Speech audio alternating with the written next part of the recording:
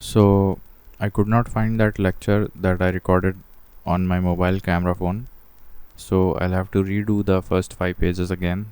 So here we start. तो NPT और NSG के बारे में हम एक बार बात कर चुके हैं. तो अब देखो, नॉन प्रोलिफरेशन ट्रीटी ये 1970 में आई थी, जबकि जो न्यूक्लियर सप्लायर्स ग्रुप था वो 1974 में आया था. और इंडिया का जो पीसफुल न्यूक्लियर एक्सप्लोजन टेस्ट किया गया था स्माइलिंग बुद्धा 1974 में, उसके परिणाम स्वरूप NSG बनाया गया था 48 मेंबर कंट्रीज़ के साथ और 5 परमानेंट UN मेंबर्स के साथ.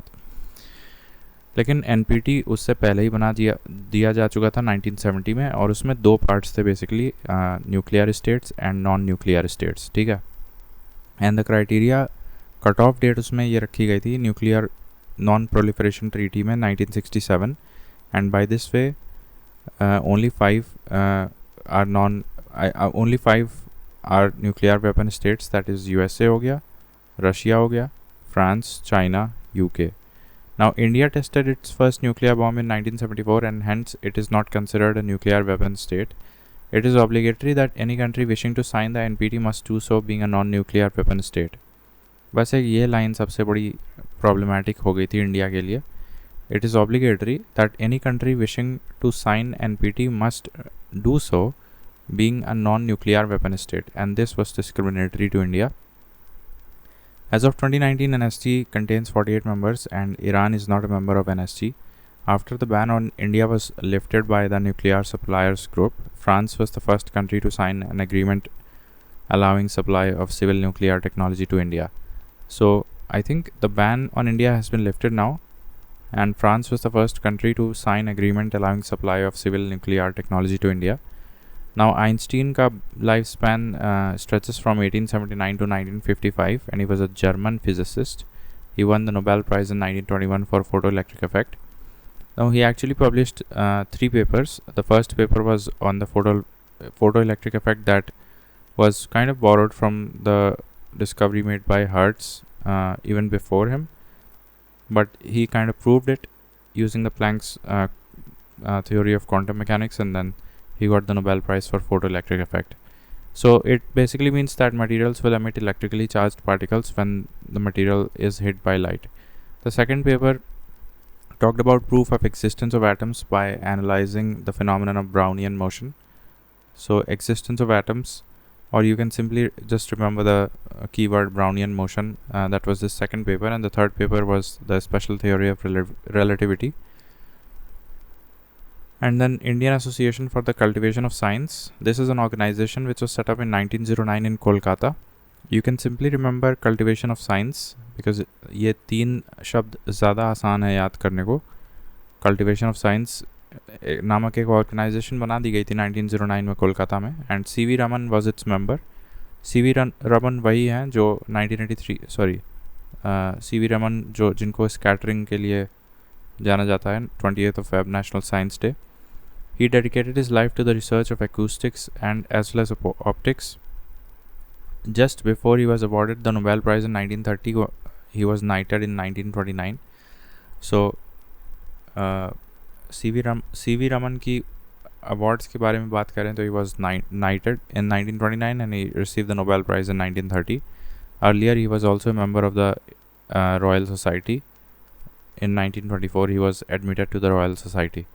नाउ सत्येंद्र नाथ बोस की बात करें तो ये 1894 से 1974 हैं, almost 80 years, and he is known for his collaboration with Einstein in what is called as Bose-Einstein statistics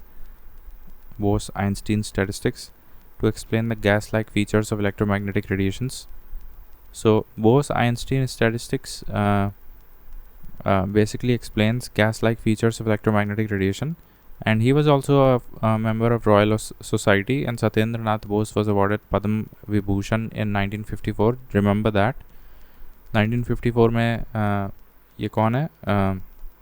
1954 में सत्येंद्र नाथ बोस हैं, ये जो आइंस्टीन के साथ बोस आइंस्टीन स्टैटिस्टिक्स का निर्माण किए थे, and to explain the gas-like features of electromagnetic radiation. Right, so he was awarded Padma Vibhushan in 1954. Then the class of particles that obey the Bose-Einstein statistics, they are called as bosons, and it's named after S.N. Bose. But boson was, it was the idea given by Paul Dirac, right? So it was given by Paul Dirac, although it is named after Satyendranath Bose. Now Archimedes gave the principle of I think buoyancy as well as lever. ठीक है, दो शब्द यहाँ याद रखनी है आपको आर्चिमिडीज के केस में. And also that he was Greek, whereas Galileo was from Italy, and Galileo actually invented telescope, whereas Archimedes की बात करें तो इन्होंने buoyancy के बारे में बताया और lever के बारे में बताया था. नाउ हाइगन्स की बात करें तो आई थिंक सैटर्न के मून के बारे में बताए थे ये, और वेव थियोरी ऑफ लाइट के बारे में बताए थे. ठीक है, discovery of Saturn, moons, Titan, and wave theory of light. So he was from Holland. So Huygens was from Holland, and he actually told us two things: the satellite of Saturn, that is Titan, and the wave theory of light. Then we have Newton. So Newton gave the laws of motion, gravitation, reflecting telescope. So अभी ये तो सबको पता है, Newton's laws of motion, gravitation. ये नहीं पता होगा reflecting telescope. So reflecting telescope भी न्यूटन का ही बेसिकली है, और ये इंग्लैंड से थे. अभी हर्ट्स की बात करें तो ये फोटो इलेक्ट्रिक इफेक्ट आइंस्टीन से पहले भी समझा चुके थे. देन जेसी बोस की बात करें तो ये क्रेसोग्राफ बनाए थे, जो इन्होंने रेडियो और माइक्रोवेव ऑप्टिक्स के बारे में बताया था. जे थॉमसन, ये डिस्कवरी ऑफ इलेक्ट्रॉन्स, ये J Thomson discovery of electrons. Okay, so Thomson discovered electrons, Curie discovered radioactivity, polonium और natural radioactivity. ये सब क्यूरी के द्वारा डिस्कवर किया गया था. She was Polish, from Poland. Rutherford ने न्यूक्लियस की खोज की थी. Also he told about alpha and beta particles, and that alpha particles as helium nuclei. So Rutherford was from New Zealand, and Bohr, इन्होंने isolated hydrogen atom के बारे में बताया था. ठीक है, quantum mechanical model of the hydrogen atoms. Chadwick ने क्या बताया था? चैडविक ने न्यूट्रॉन के बारे में बताया था. ठीक है, डी ब्रॉगली ने वेव प्रॉपर्टीज़ ऑफ मैटर के बारे में बताया था. नाउ अभी देखो थोड़ा सा कन्फ्यूजन हो सकता है. डी ब्रॉगली ने वेव प्रॉपर्टीज़ ऑफ मैटर के बारे में बताया था, जबकि यहाँ पे तुम देखोगे Huygens wave theory of light के बारे में बताए थे. Now de Broglie wave theory of matter. Then Enrico Fermi, ये architect of the atomic bomb है इटली के. एंड एक्चुअली जो फर्मी मीटर है 10⁻⁻15, वो इन्हीं के नाम पे है, because I think that is the dimension at which the इन्होंने कुछ तो खोजा था.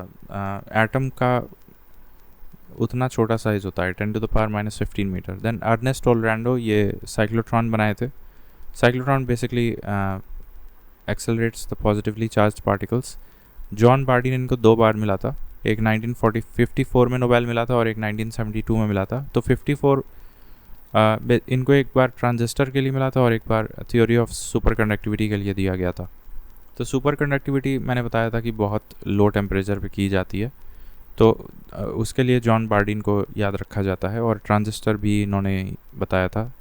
नाउ टाउन्स, ये maser as well as laser technology बताए थे, जबकि Maiman is the main inventor of the laser technology. Whereas अगर मेमैन ऑप्शंस में नहीं दिया हो तो Townes along with Prokhorov and Basov, ये 3 आपको लगा देना है, because Basov, Prokhorov and Townes, इन तीनों को नोबेल प्राइज़ मिला था लेज़र मेजर टेक्नोलॉजी इन्वेंट करने के लिए.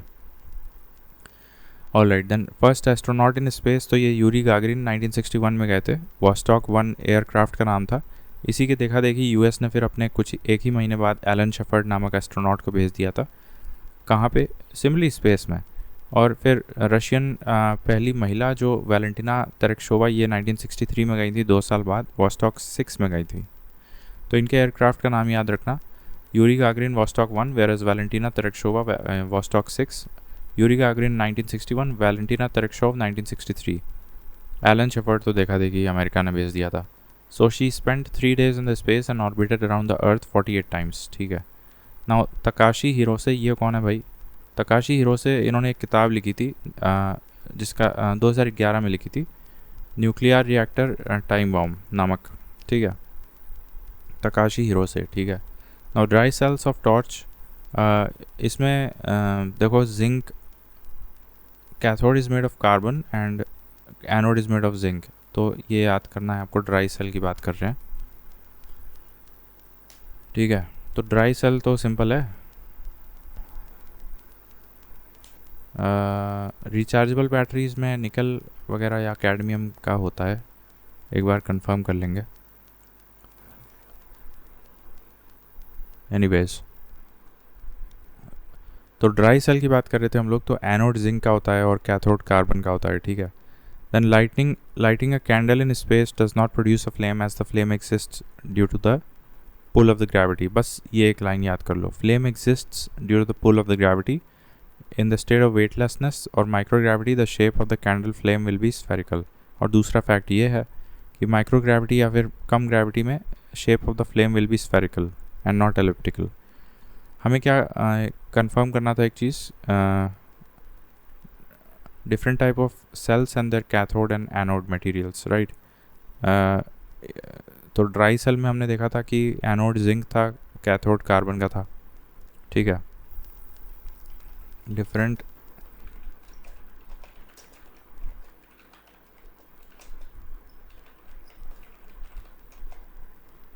सो let's see what the AI is saying. तो अब देखो ये, अरे इलेक्ट्रोलिटिक सेल क्या है यार।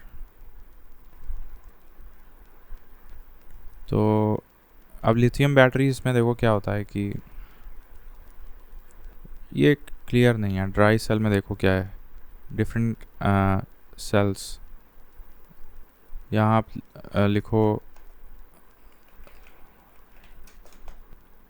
रिचार्जेबल सेल में क्या होता है कि the materials used for the anode and cathode of the rechargeable batteries include anode battery materials में तुम्हारा कार्बन बेस्ड कंपाउंड्स होते हैं या लिथियम अलॉयज हो सकता है, ठीक है। कैथोड में क्या है, देखो लिथियम निकल का इस्तेमाल हो रहा है, निकल, और यहाँ मैंगनीज़ का भी इस्तेमाल होता है रिचार्जेबल बैटरीज़ में, कोबाल्ट का भी इस्तेमाल हो रहा है, ठीक है, कैथोड में। तो कोबाल्ट और निकल याद कर लो रिचार्जेबल बैटरी में कैथोड के रूप में, ठीक है। फिर ब्लैक होल की हम बात करें तो cannot be seen by the telescope because the gravitational field of a black hole is much strong that even the light does not escape from it. I have already told you in the previous lecture how black holes are formed. And then comet tails always point away from the sun, ठीक है, comet tails always point away from the sun. Then highly dense stars, these are the neutron stars। ये भी हम बता चुके हैं कि neutron stars कब बनते हैं। एक्चुअली सोलार मास से अगर बहुत बड़ा होता है तो a star at the time of its death after the supernova explosion it has only two destinies, either it can become white dwarf or it can become a neutron star and then become a black hole। अगर बहुत ज़्यादा मास है, solar मास के कई गुना ज़्यादा है, 1.44 times of solar मास के काफ़ी ज़्यादा है, तो फिर वो ब्लैक होल बनेगा। थोड़ा ज़्यादा है तो न्यूट्रॉन स्टार, और कम है तो फिर वाइट ड्वार्फ बनेगा, ठीक है। अब ये क्या है कि इंडिया में जो एनर्जी कंजम्पशन है या जनरेशन वगैरह हो रहा है वो देखो, अब इसमें स्पेशली हम पहले रिन्यूएबल की बात कर लेते हैं। तो सोलार से ऑफ कोर्स सबसे ज़्यादा बनेगा, उसके बाद विंड से बनेगा, तो SW तो सबसे ऊपर आता है, सोलार एनर्जी, फिर विंड एनर्जी, और उसके बाद बायोमास से भी काफ़ी अच्छा काम हो रहा है हमारे यहाँ, और उसके बाद स्मॉल हाइड्रो आता है। स्मॉल हाइड्रो के बाद फिर थर्मल आता है जो कोल जला के बनता है। और तो अब रिन्यूएबल क्यों लिखे हो, अच्छा सॉरी यहाँ से तो अलग है ना। सो अभी भी थर्मल टॉप पे है, मतलब थर्मल टॉप पे है, इसका मतलब कि थर्मल से ही अभी भी ज़्यादा बना रहा है कोल से जला के। उसके बाद रिन्यूएबल और फिर न्यूक्लियर से तो सिर्फ 2% एनर्जी बनती है हमारे देश में। तो इस तरह से हम देख सकते हैं, सबसे पहले सोलार, फिर विंड, उसके बाद बायोमास, और उसके बाद small hydro projects. If an object's one dimensional size is less than 10⁻⁷ metres it is classified as nano material. It usually varies from 1 to 100 nanometres, ठीक है। नाउ नैनो ईयर और nano plug has an optically trapped gold nano particle which can detect sound as low as -60 dB। तो question में सिर्फ यही पूछा सकता है कि नैनो प्लग या नैनो ईयर में किस एलिमेंट का इस्तेमाल करते हैं, तो nano particle which is a gold nano particle का इस्तेमाल करते हैं, ऑप्टिकली ट्रैप्ड। देन नोरियो टनीगुची कौन थे, अभी हमने ऊपर एक नाम पढ़ा था, क्या था, तकाशी हिरोसे। उन्होंने तो सिर्फ एक न्यूक्लियर रिएक्टर टाइम बॉम्ब नामक किताब लिखी थी 2011 में। तो क्या नाम था, तकाशी हिरोसे। और अभी हम देख रहे हैं नोरियो तनीगुची। अब नोरियो तनीगुची 1974 में ही actually coined the term nanotechnology for the first time through his research paper. तो अगर थियोरेटिकल पर्सपेक्टिव में देखें तो नोरियो तनीगुची का नाम ज़्यादा इंपॉर्टेंट है because he actually coined the term. Now friction is the most important property of the nano materials, there are 4 generation of nanotech. तो ये हमें नहीं पता था कि friction is the most important property of the nano materials. And then there are 4 generations of nano materials. तो पहले generation में क्या क्या आता था, फिर सेकंड में क्या आएगा, थर्ड में क्या आएगा, और फोर्थ में। तो सबसे पहले हम फोर्थ वाला लेते हैं, मॉलिक्यूलर मैन्युफैक्चरिंग, तो अभी सबसे एडवांस वाला है। थर्ड जनरेशन में तुम्हारा 3D नेटवर्किंग देख लो, फोर्थ में हमारा मॉलिक्यूलर मैन्युफैक्चरिंग हो गया, ठीक है। और सेकंड जनरेशन में मेरे ख्याल से टारगेटेड ड्रग डिलीवरी याद कर लो, और transistors and amplifiers, 3D transistors and amplifiers are examples of second generation nanomaterials alongside targeted drug delivery। लेकिन थर्ड जनरेशन में तुम्हारा 3D नेटवर्किंग कर पा रहे थे हम लोग, और फर्स्ट जनरेशन में तो सिंपली यही सब बिल्डिंग मटेरियल और यही सब करोगे, एरोजोल बनाओगे, कोलॉइड्स बनाओगे, सेरामिक बनाओगे, ठीक है। First generation nano material polymers बना दोगे। अब GPS का फुल फॉर्म होता है global positioning system. World's highest ground based telescopic university ये अटकामा में है, सदर्न चिले में, आई थिंक नॉर्दर्न चिले में। सो नॉर्दर्न चिले में inside the University of Tokyo's Atacama observatory है। अब ये जापान की एक यूनिवर्सिटी ऑफ टोक्यो अटकामा में बना रखी है नॉर्दर्न चिले में, जिस पे एक ग्राउंड बेस्ड टेलीस्कोपिक ऑब्जर्वेटरी है that is 5640 metres above the sea level. और इससे पहले हमारे यहाँ थी लेह लद्दाख में 4500 मीटर्स ऊंचाई पे ground based telescopic observatory. Then machine gun की बात करें तो ये बेसिकली जेम्स पकल ने इसकी डिस्कवरी की थी, मशीन गन की discovery. My mouse is really messing. So machine gun की डिस्कवरी जेम्स पकल ने की थी, ठीक है। Thermometer as well as telescope. अब ये देखो टेलीस्कोप किसने, हम पढ़ चुके हैं, टेलीस्कोप बनाया था गैलीलियो ने, तो उन्होंने ही थर्मोमीटर भी बनाया था। और देख रहे हो कब बनाया था, 1609 में बना दिया था। तो thermometer as well as telescope कितना पहले बना दिया, 1609 गैलीलियो ने। Now ice cube, the south pole neutrino observatory. ये आइस क्यूब क्या है कि एक साउथ पोल न्यूट्रिनो ऑब्जर्वेटरी है। It is a cubic kilometre particle detector made of Antarctic ice and located near the Amundsen Scott south pole station. तो Amundsen Scott south pole station के पास एक neutrino observatory है। It is buried beneath the surface extending to a depth of about 2500 metres. Then aeroplane works on the Bernoulli's principle of fluid dynamics, and electron microscope works on the wave nature of electron। तो ये भी एक नई बात पता चली। तो wave nature of electron, अभी हमने हाइगन्स का पढ़ा था वेव नेचर ऑफ लाइट, ठीक है, और डी ब्रॉगली का पढ़ा था वेव नेचर ऑफ मटेरियल, ठीक है। और अब हम देख रहे हैं electron microscope works on the wave nature of electron, ठीक है। और अमंडसेन स्कॉट एक न्यूट्रिनो ऑब्जर्वेटरी है अंटार्कटिका में साउथ पोल पे। Alright, now giant metre wave radio telescope, ये किस लिए बनाया, मतलब जायंट मीटर वेव ये कॉस्मिक वेव्स जो कि रेडियो वेव्स होती हैं उनको बस डिटेक्ट करने के लिए giant metre wave radio telescope बनाया गया था। नाउ पहला जो बॉम्ब गिराया गया था वो नागासाकी पे था, जिसको फैटमैन बोलते हैं कोड में, और प्लूटोनियम बेस्ड था। दूसरा वाला जो था वो हिरोशिमा में था, और वो लिटिल बॉय बोलते हैं उसको, वो यूरेनियम बेस्ड था, ठीक है। तो पहला नागासाकी पे गिरा था, दूसरा हिरोशिमा में। नाउ ओटो हान और स्ट्रासमैन ये 1939 में जर्मन साइंटिस्ट्स थे, दो जर्मन साइंटिस्ट्स, और इन्होंने डिस्कवर किया था कि if slow moving neutrons are bombarded on uranium 235 then the nucleus of 235 breaks into 2 equal parts and releases lots of energy. ठीक है, तो ये स्लो मूविंग न्यूट्रॉन्स है। यहाँ पे क्वेश्चन में पलट सकता है। ओटो हान और स्ट्रासमैन ने 1939 जर्मन फिजिसिस्ट ने ये डिस्कवर किया था कि स्लो मूविंग न्यूट्रॉन्स को अगर हम लोग यूरेनियम 235 के एटम पे बॉम्बार्ड करेंगे तो यूरेनियम 235 का न्यूक्लियाई 2 टुकड़ों में टूट जाएगा। ठीक है, और काफ़ी सारी एनर्जी निकलेगी। OLED displace can be fabricated on flexible plastic substrates. हाँ, तो कर सकते हो। देन रोल अप डिस्प्लेस में भी उसमें लगा सकते हो, घुमावदार में। ट्रांसपेरेंट डिस्प्ले भी बना सकते हो ओलेड मटेरियल से। Now, Dr. Samuel Hahnemann was the actual founder of homeopathy. Carbon monoxide is not absorbed by the plant since it creates more air pollution. ये तो इसमें क्या है? Cobalt 60 is used for the treatment of cancer. ठीक है. Fax was discovered by Scottish Alexander Bain 1842. अभी Bain and Bain consulting के बाद अच्छी खासी फर्म मानी जाती है, तो इस तरह से याद कर लो, उन्होंने पहला फैक्स बनाया था, fax. When telephone lines are used to send text and graphic and read on screen, it is called telefax. ठीक है। Now राजारामन हमारे यहाँ के एटॉमिक बॉम्ब रिएक्टर हैं and directed scientists to carry out nuclear tests. Padma Vibhushan इनको दिया था 1976 में। ठीक है, 1976 में पद्म विभूषण दिया था। 1954 में किसको पद्म विभूषण मिला था?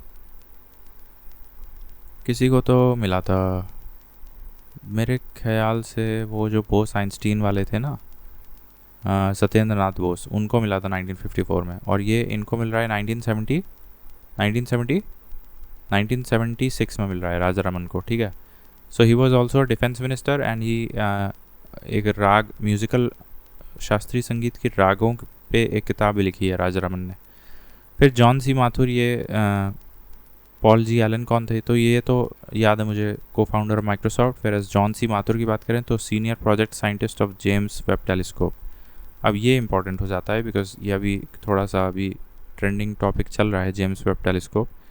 तो जॉन सी माथुर जो हैं, John C Mathur he is actually senior project scientist on James Webb telescope. ठीक है, तो ये हो गया, जॉन सी माथुर तुम्हारे senior project scientist on the James Webb telescope है। देन टैक्योन, ये हम बता चुके हैं, hypothetical particle moving faster than the speed of light. ठीक है, सिर्फ एक हाइपोथेटिकल पार्टिकल है जो कि स्पीड ऑफ लाइट से भी तेज़ चलता है।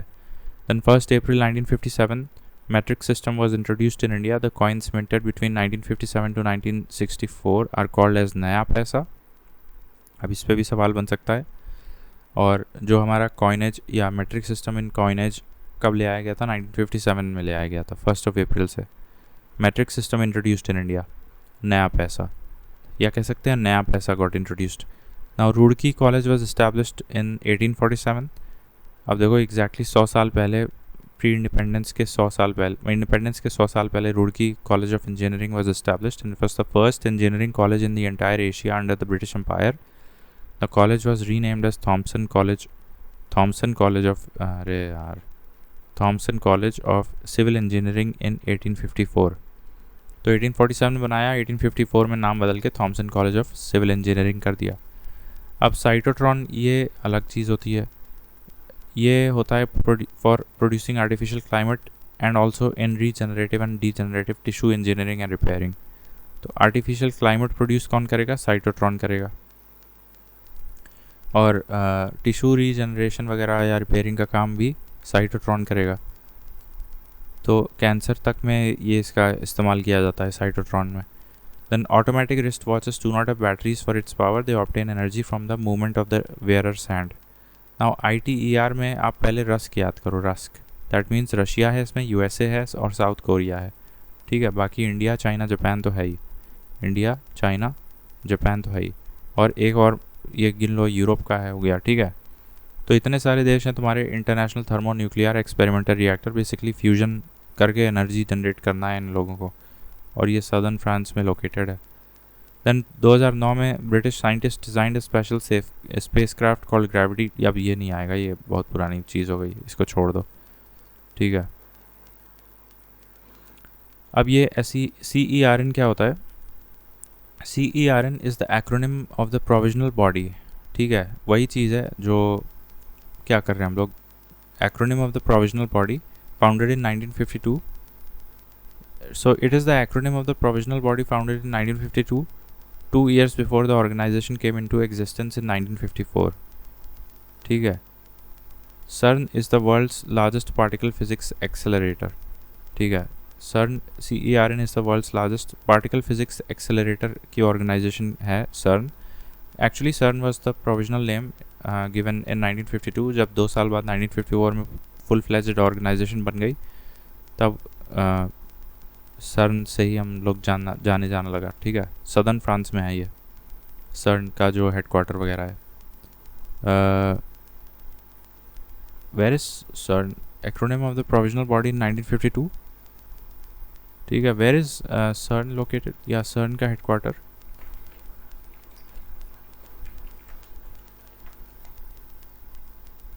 स्विट्ज़रलैंड में है. CERN, European organisation for nuclear research.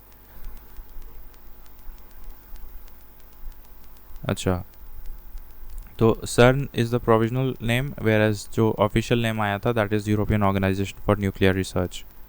ठीक है. तो ये जनीवा में है, जनीवा में. ठीक है. CERN, European organisation for nuclear research. ठीक है. That is in Geneva. तो ये हो गया मेरा. ठीक.